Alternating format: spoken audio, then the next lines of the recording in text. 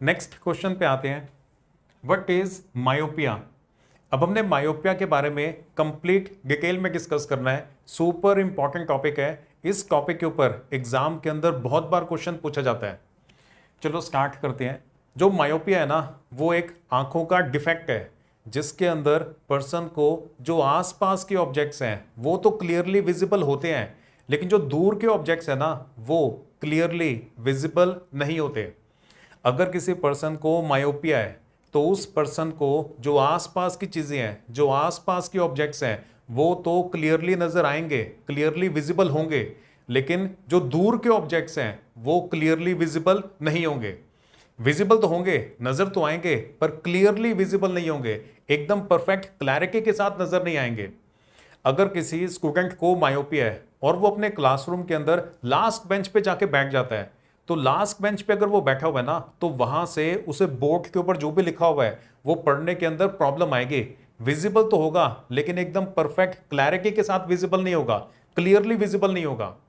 अगर किसी पर्सन को मायोपिया है और वो कार ड्राइव कर रहा है, तो जो आगे कार मूव कर रही है ना, उसकी जो नंबर प्लेट है वो नंबर प्लेट रीड करने के अंदर उसे प्रॉब्लम आएगी। मायोपिया का जो दूसरा नाम है वो है नियर साइकिकनेस। नियर साइकिकनेस, नियर साइकिकनेस का मतलब है कि near by objects will be clearly visible. जो नियर बाय ऑब्जेक्ट्स हैं वो क्लैरिटी के साथ विजिबल होंगे। जो फार ऑफ ऑब्जेक्ट्स हैं, जो ज्यादा दूर ऑब्जेक्ट्स पड़े हुए हैं ना, वो क्लियरली विजिबल नहीं होते। आपको क्लियर हो गया मायोपिया क्या होता है। अब ये वाले 3 डायग्राम्स हैं, इन तीनों डायग्राम्स के थ्रू आपको पूरा का पूरा टॉपिक, पूरा का पूरा कॉन्सेप्ट अच्छे से समझ में आ जाएगा। तो एक एक करके इन तीनों डायग्राम्स को डिस्कस करते हैं। जो पहले फर्स्ट वाला डायग्राम है ना, ये वाला, इसके ऊपर आप फोकस करो। ये वाला डायग्राम मायोपिक आई के फार पॉइंट को रिप्रेजेंट कर रहा है। नॉर्मल आई नहीं, मायोपिक आई, मायोपिक आई के फार पॉइंट को रिप्रेजेंट कर रहा है। इस वाले डायग्राम में ये वाला जो पॉइंट ओ है ना, वो इस मायोपिक आई के फार पॉइंट को रिप्रेजेंट कर रहा है। फार पॉइंट आपको पता है ना क्या होता है। जो नॉर्मल आई होती है उसका फार पॉइंट इंफिनिटी होता है। इसका मतलब ये है कि नॉर्मल आई को इनफाइनाइट डिस्टेंस दूर तक क्लियरली विजिबल होता है। जो नॉर्मल आई है, किसी पर्सन की अगर एकदम नॉर्मल आई है, मायोपिक आई नहीं है, मतलब उसे मायोपिया नहीं है, वो एकदम ठीक है, आंखें उसकी एकदम ठीक है, तो उस केस के अंदर अगर आप ऑब्जेक्ट को पास रखोगे तो वो क्लियरली विजिबल होगा, ऑब्जेक्ट को थोड़ा सा दूर रखोगे तो भी क्लियरली विजिबल होगा, ऑब्जेक्ट को थोड़ा ज्यादा ही दूर रख दो तो भी क्लियरली विजिबल होगा। लेकिन यहां पे तो इस पर्सन को मायोपिया हो चुका है, मतलब ये मायोपिक आई को रिप्रेजेंट कर रहा है। अब मायोपिया के अंदर जो फार पॉइंट है ना, वो इंफिनिटी से काफी ज्यादा आगे आ जाता होता है। अगर किसी का फार पॉइंट 7 मीटर है तो इसका मतलब ये है कि आंखों से 7 मीटर तक जितने भी ऑब्जेक्ट्स हैं वो क्लियरली विजिबल होंगे, लेकिन 7 मीटर से ज्यादा दूर जितने भी ऑब्जेक्ट्स पड़े हुए हैं वो क्लियरली विजिबल नहीं होंगे। 7 मीटर से फिर आगे जितना ज्यादा दूर ऑब्जेक्ट पड़ा होगा ना, वो उतना ज्यादा ब्लर्ड नजर आएगा। क्लियर हो गया। फार पॉइंट का मतलब क्या होता है। जो भी फार पॉइंट होता है ना, आंखों से वहां तक, उतने डिस्टेंस तक एकदम क्लियरली नजर आता है, लेकिन उस डिस्टेंस के दूर, उस डिस्टेंस से भी ज्यादा दूर अगर ऑब्जेक्ट्स पड़े हुए हैं तो फिर वो क्लियरली विजिबल नहीं होते हैं। समझ आ गया। चलो ये बताओ, अगर किसी का फार पॉइंट 400 सेंटीमीटर है, 400 सेंटीमीटर का मतलब 4 मीटर ही होता है, ज्यादा बड़ा डिस्टेंस नहीं है ये। अगर किसी का फार पॉइंट 400 सेंटीमीटर है तो इसका मतलब क्या है। तो इसका मतलब ये है कि आंखों से 400 सेंटीमीटर तक के बीच में जितने भी ऑब्जेक्ट्स पड़े हुए हैं वो क्लियरली विजिबल होंगे, लेकिन 400 सेंटीमीटर से ज्यादा दूर अगर ऑब्जेक्ट्स पड़े हुए हैं तो वो क्लियरली विजिबल नहीं होंगे, वो ब्लर्ड नजर आएंगे। फार पॉइंट आपको आ गया समझ में। अब इस मायोपिक आई का ये जो पॉइंट ओ है ना, पॉइंट ओ फार पॉइंट को रिप्रेजेंट कर रहा है, मतलब पॉइंट ओ तक यहां पे क्लियर विजिबिलिटी है, लेकिन पॉइंट ओ से ज्यादा दूर अगर ऑब्जेक्ट्स को रख दोगे फिर वो क्लियरली नजर नहीं आते। अब इस वाले डायग्राम में देखो, ऑब्जेक्ट को ना हमने एग्जैक्टली फार पॉइंट पे ही रखा हुआ है, पॉइंट ओ के ऊपर ही रखा हुआ है। अब देखो पॉइंट ओ से रेज आ रही हैं तो ये कॉर्निया में से और क्रिस्टलाइन लेंस में से पास होने के बाद देखो जो रेज हैं वो एग्जैक्टली रेटिना के ऊपर ही कन्वर्ज हो रही हैं, मतलब एग्जैक्टली रेटिना के ऊपर ही फोकस हो रही हैं। जब रेज रेटिना के ऊपर ही कन्वर्ज होती हैं रेटिना के ऊपर ही फोकस होती है तो क्लियरली विजिबल होता है। तो यहां पे पॉइंट ओ तक एकदम क्लियरली विजिबल होता है। ये पॉइंट ओ फार पॉइंट को रिप्रेजेंट कर रहा है और फार पॉइंट तक मायोपिक आई को भी एकदम सही तरीके से नजर आता है। रेज रेटिना पर ही कन्वर्ज होती हैं। अब सेकंड डायग्राम के ऊपर आते हैं।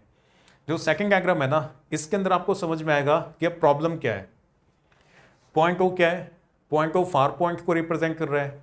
अब हमने ऑब्जेक्ट को फार पॉइंट से भी थोड़ा सा पीछे रख दिया है। ऑब्जेक्ट को हमने पॉइंट ओ डैश पे रख दिया है।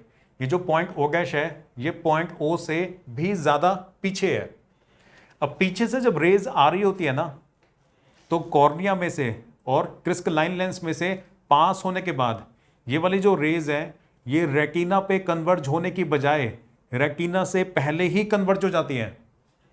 जब आप ऑब्जेक्ट को फार पॉइंट से पीछे रखोगे, ऑब्जेक्ट अगर पॉइंट ओ से पीछे पड़ा हुआ है, तो फिर वहां से जो रेज आ रही है वो ये कॉर्निया और क्रिस्टलाइन लेंस में से पास होने के बाद रेटिना पे कन्वर्ज होने की बजाय रेटिना से पहले ही कन्वर्ज हो जाती हैं।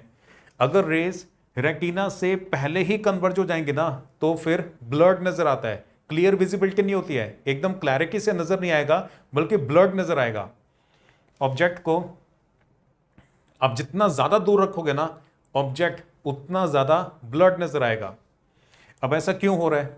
वो इसलिए हो रहा है क्योंकि ये वाला जो कॉर्निया है ना और ये वाला जो क्रिस्टलाइन लेंस है, ये दोनों मिलके ये जो रेज आ रही हैं, इन रेज को जितना बेंड करना चाहिए उससे ज्यादा बेंड कर रहे हैं। ये जो रेज आ रही है ना ऑब्जेक्ट में से, ये वाला कॉर्निया और क्रिस्टलाइन लेंस, ये दोनों मिलके रेज को जितना एक दूसरे की तरफ मोड़ना चाहिए ना, जितना रेज को एक दूसरे की तरफ बेंड करना चाहिए उससे ज्यादा बेंड कर रहे हैं। ये रेज को ज्यादा मोड़ देते हैं, तभी रेज रेटिना पे फोकस होने के बजाय रेटिना से पहले ही फोकस हो जा रही है, रेटिना से पहले ही कन्वर्ज कर रही है, तभी ब्लड नजर आ रहा है। प्रॉब्लम आपको आगे समझ में क्लियर कब नजर आएगा? जब जो रेज है ना वो रेटिना के ऊपर कन्वर्ज होंगी, मतलब रेटिना पे पहुंचने के ऊपर ही फोकस होंगी। लेकिन यहां पे रेज रेटिना से पहले ही कन्वर्ज हो रही हैं क्योंकि ये दोनों मिलके रेज को जितना बेंड करना चाहिए उससे ज्यादा बेंड कर रहे हैं। क्लियर हो गया ये वाला डायग्राम?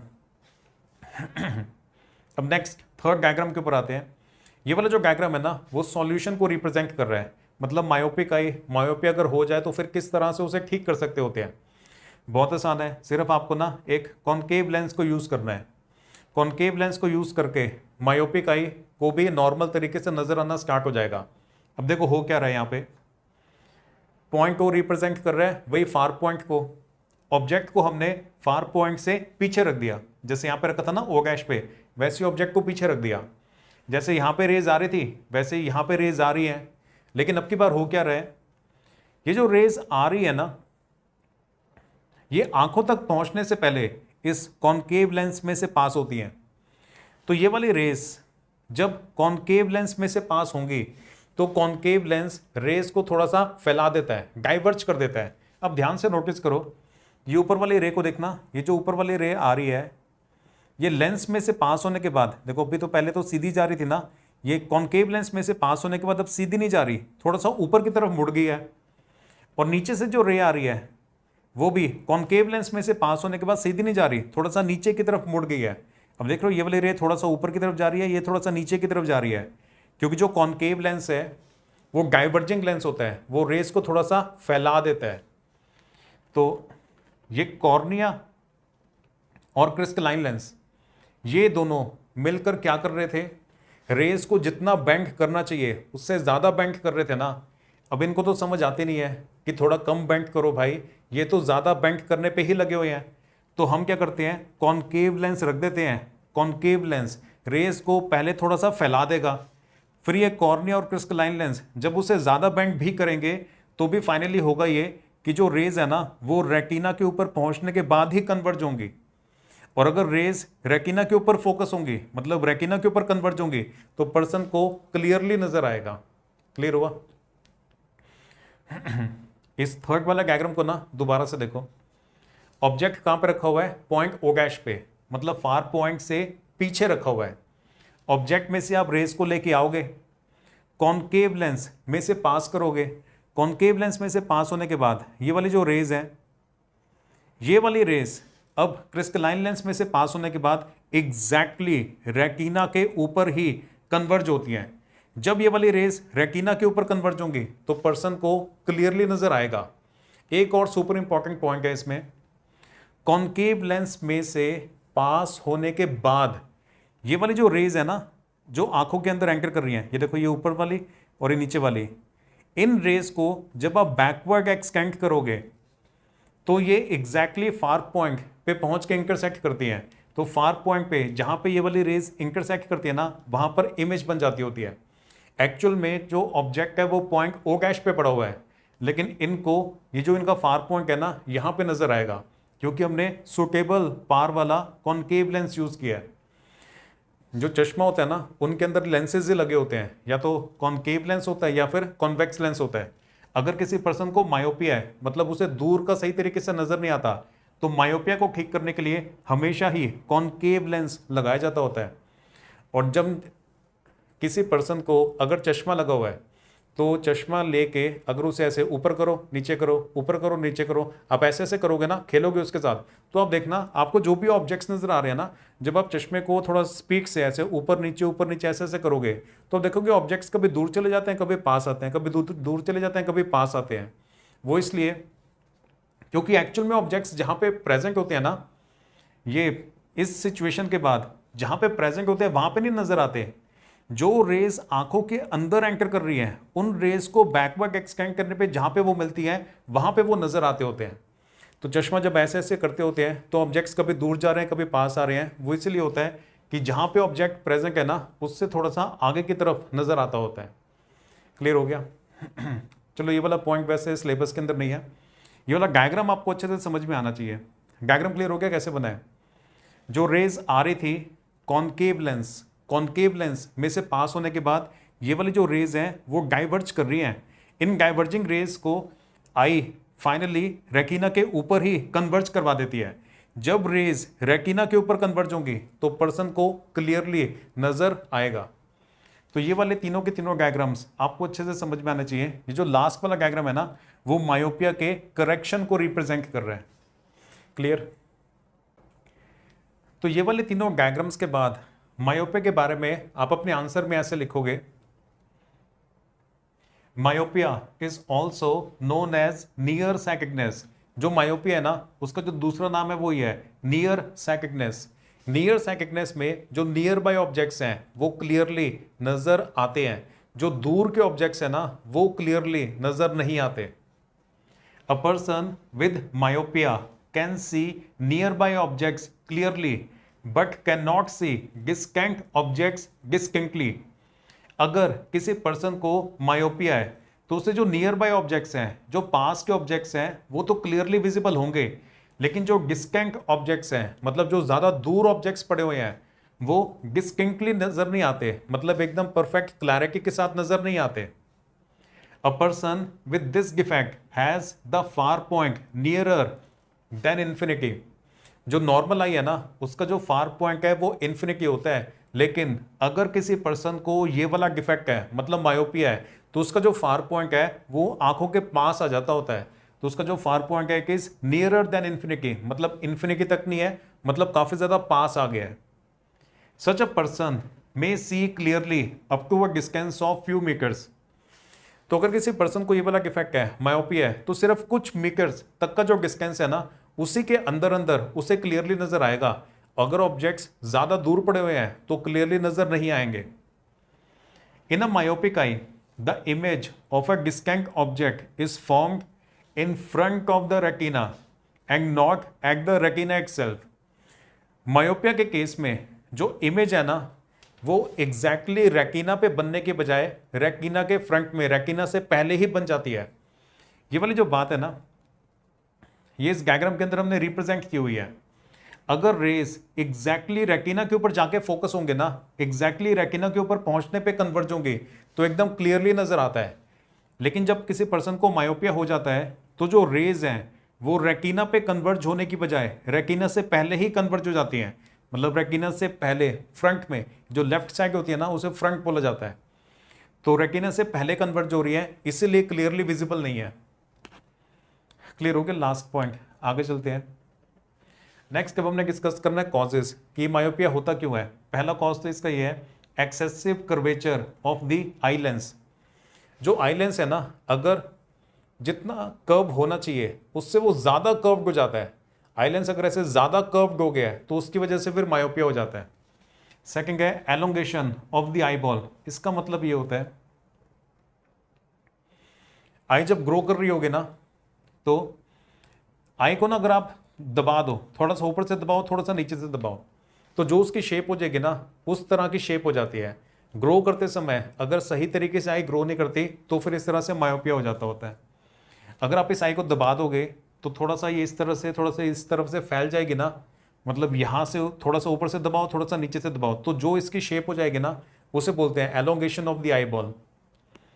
तो इसकी वजह से भी मायोपिया हो सकता है।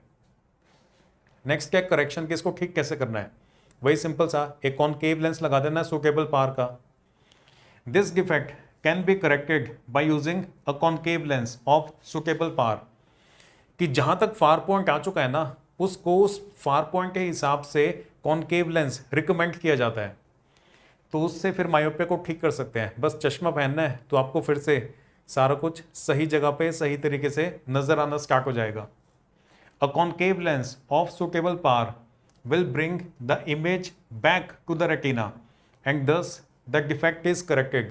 अगर कॉनकेव लेंस को यूज किया जाए तो उससे जो इमेज है वो वापस रेटिना पर ही बनने स्टार्ट हो जाती है। ये वाला जो पॉइंट है ना, ये हमने थर्ड डायग्राम के अंदर रिप्रेजेंट किया हुआ है। इस वाले डायग्राम में देखो, इसके अंदर भी ऑब्जेक्ट ओ डैश पे था, इस डायग्राम के अंदर भी ऑब्जेक्ट ओ डैश पे है। यहाँ पे इमेज रेटिना से पहले बन रही थी, मतलब जो रेज है पहले ही कन्वर्ज हो रही थी, लेकिन कॉनकेव लेंस को यूज करने के बाद जो रेज हैं फाइनली वापस रेटिना के ऊपर ही कन्वर्ज हो रही है। अगर रेज रेटिना के ऊपर कन्वर्ज होंगे ना तो परफेक्ट क्लैरिटी से नजर आएगा। तो करेक्शन इसकी यही है कि आपने एक कॉनकेव लेंस को यूज करना है सुटेबल पावर का। अब हर किसी के लिए जो कॉनकेव लेंस है ना उसकी पावर सेम नहीं होती है। पर्सन का फार पॉइंट कितनी दूर है उस बात पे डिपेंड करता है कि आपको कितनी पावर का कॉनकेव लेंस यूज करना पड़ेगा।